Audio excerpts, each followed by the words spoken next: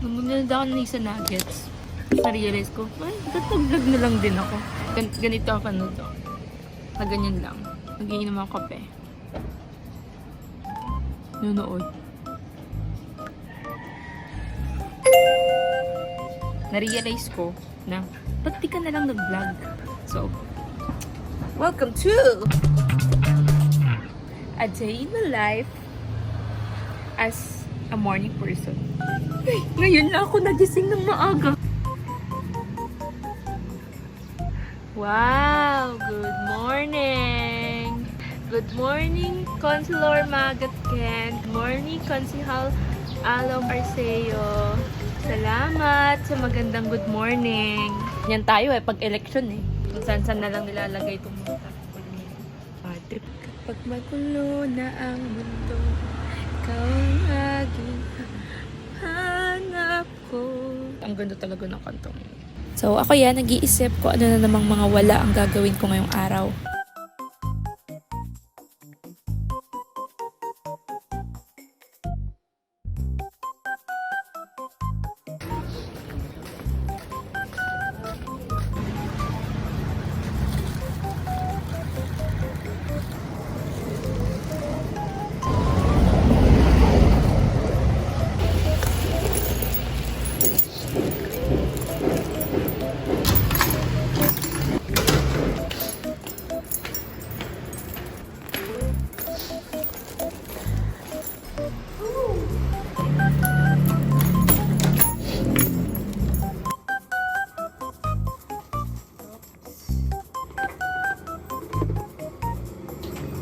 So, hi! Kakagaling ko lang sa bangko. After ko maggupit ng bangs. Wait lang. Na-allergy kasi ako. Nagbayad lang ako nitong rent sa bahay and yung bill namin sa tubig is 440.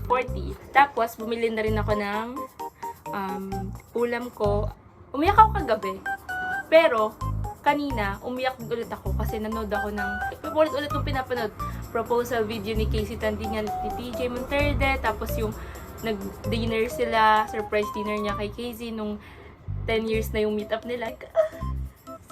Sunod din ako ng vlog ni Ashley Garcia, which is favorite kong vlogger since 2020. So, bumili lang ako ng Mixu